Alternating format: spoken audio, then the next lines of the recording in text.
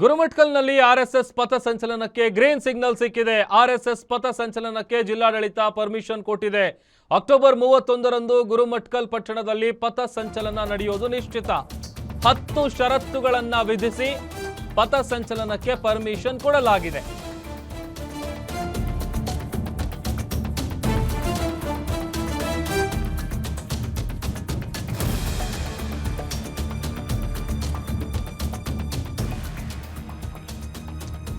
ಗುರುಮಠಕಲ್ನಲ್ಲಿ ಆರ್ಎಸ್ಎಸ್ನ ಪಥಸಂಚಲನಕ್ಕೆ ಜಿಲ್ಲಾಡಳಿತ ಪರ್ಮಿಷನ್ ಕೊಟ್ಟಿದೆ. ಅಕ್ಟೋಬರ್ 31ರಂದು ಗುರುಮಠಕಲ್ ಪಟ್ಟಣದಲ್ಲಿ ಪಥಸಂಚಲನ ನಡೆಯಲಿದೆ. ಗ್ರೀನ್ ಸಿಗ್ನಲ್ ಸಿಕ್ಕಿದೆ ಜಿಲ್ಲಾಡಳಿತದಿಂದ. ಅದು 10 ಷರತ್ತುಗಳನ್ನ ವಿಧಿಸಿ ಅನುಮತಿಯನ್ನ ಕೊಡಲಾಗಿದೆ. ಎರಡೆರಡು ಬಾರಿ ಅರ್ಜಿ ಹಾಕಿದ್ರೂ ಕೂಡ ಅನುಮತಿಯನ್ನ ಯಾದಗಿರಿ ಜಿಲ್ಲಾಡಳಿತ ನಿರಾಕರಿಸಿತು. ಅನುಮತಿ ನಿರಾಕರಣೆ ಹಿನ್ನೆಲೆ ವಿವಾದಕ್ಕೆ ಕಾರಣ ಆಗಿತ್ತು. ಇವತ್ತು ಪಥಸಂಚಲನಕ್ಕೆ ಅನುಮತಿ ಕೊಟ್ಟಿರುವಂತಹ ಹಿನ್ನೆಲೆ ಎಲ್ಲಾ ವಿವಾದಕ್ಕೂ ಸದ್ಯ ಫುಲ್ ಸ್ಟಾಪ್ ಇಟ್ಟಂತಾಗಿದೆ. ಇತ್ತೀಚಿನ ಕೆಲವು ದಿನಗಳಿಂದಲೂ ಕೂಡ ರಾಜ್ಯದಲ್ಲಿ ಸರ್ಕಾರ ಹೊತ್ತಿಸಿರುವಂತಹ ಆರ್ಎಸ್ಎಸ್ ಕಿಡಿ ಧಗಧಗಿಸ್ತಾ ಇದೆ. ಬೇರೆ ಬೇರೆ ಭಾಗದಲ್ಲೂ ಕೂಡ ಇದಕ್ಕೆ ಸಂಬಂಧಪಟ್ಟಂತ ಪರ್ಮಿಷನ್ಗಳನ್ನು ಕೇಳೋದು, ಅದನ್ನು ನಿರಾಕರಿಸೋದು, ಮತ್ತಲ್ಲೊಂದು ವಿವಾದಕ್ಕೆ ಎಡೆ ಮಾಡಿಕೊಡೋದು, ಈ ಥರದ್ದೆಲ್ಲ ಪ್ರಸಂಗಗಳು ನಡೀತಾ ಇದೆ. ಸದ್ಯ ಯಾದಗಿರಿಯ ಗುರುಮಠಕಲ್ನಲ್ಲಿ ಪಥಸಂಚಲನಕ್ಕೆ ಅನುಮತಿ ಸಿಕ್ಕಿದೆ. ಹಾಗಾಗಿ ಇದೇ ಅಕ್ಟೋಬರ್ 31ರಂದು ಗುರುಮಠಕಲ್ ಪಟ್ಟಣದಲ್ಲಿ ಪಥಸಂಚಲನ ನಡೆಯೋದು ನಿಶ್ಚಿತ. ಇದಕ್ಕೆ ಬೇಕಾದಂಥ ಎಲ್ಲ ಸಿದ್ಧತೆಗಳನ್ನು ಕೂಡ ಮಾಡಿಕೊಳ್ಳಲಾಗಿದೆ.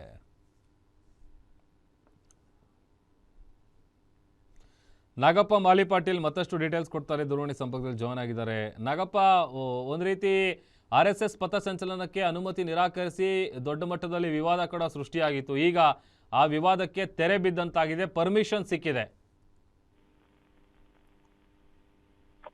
ಹೌದು ಪ್ರಭು, ಏನು ಯಾದಗಿರಿ ಜಿಲ್ಲೆಯ ಗುರುಮಠಕಲ್ ಪಟ್ಟಣದಲ್ಲಿ ಇದೇ 25ರಂದು ಆರ್ಎಸ್ಎಸ್ ಪಥಸಂಚಲನ ನಡೆಸಲು ಕೂಡ ಪ್ಲಾನ್ ಕೂಡ ಮಾಡಿಸಿತ್ತು. ಇದಕ್ಕೆ ಜಿಲ್ಲಾಡಳಿತ ಕೂಡ ಬ್ರೇಕ್ ಹಾಕಿತ್ತು. ಇದರಿಂದ ಸಾಕಷ್ಟು ವಿವಾದಕ್ಕೆ ಕೂಡ ಕಾರಣವಾಗಿತ್ತು. ಆರ್ಎಸ್ ನ ಮುಖಂಡರು, ಅದೇ ರೀತಿಯಾಗಿ ಬಿಜೆಪಿ ಮುಖಂಡರು ಕೂಡ ಜಿಲ್ಲಾಡಳಿತದ ನಡೆ ವಿರುದ್ಧ ಸಾಕಷ್ಟು ಆಕ್ರೋಶ ಕೂಡ ವ್ಯಕ್ತಪಡಿಸಿದ್ರು. ಹೀಗಾಗಿ ಈಗಾಗಲೇ 3 ದಿನಗಳ ಹಿಂದೆ ಆರ್ಎಸ್ಎಸ್ ನ ಮುಖಂಡರು ಕೂಡ ಜಿಲ್ಲಾಡಳಿತಕ್ಕೆ ಈಗಾಗಲೇ ಅನುಮತಿಗಾಗಿ ಆರ್ಎಸ್ಎಸ್ ಪಥಸಂಚಲನ ನಡೆಸಲು ಅನುಮತಿಗಾಗಿ ಅರ್ಜಿ ಸಲ್ಲಿಸಿದ್ರು. ಇದರ ಎಲ್ಲ ಮಾಹಿತಿಯನ್ನು ಪಡೆದುಕೊಂಡಂತ ಜಿಲ್ಲಾಡಳಿತ ಕೂಡ ಅಕ್ಟೋಬರ್ 31ರಂದು ಗುರುಮಠಕಲ್ ಪಟ್ಟಣದಲ್ಲಿ ಆರ್ಎಸ್ಎಸ್ ಪಥಸಂಚಲನ ನಡೆಸಲು ಕೂಡ ಅನುಮತಿ ಕೂಡ ನೀಡಿದೆ. ಸುಮಾರು 10 ಷರತ್ತುಗಳನ್ನು ವಿಧಿಸಿ ಪಥಸಂಚಲನಕ್ಕೆ ಅನುಮತಿ ನೀಡಿದ್ದು ಕೂಡ ಮುಖಂಡರಿಗೆ ಕೂಡ ಸಾಕಷ್ಟು ಖುಷಿ ಕೂಡ ವ್ಯಕ್ತವಾಗಿದೆ.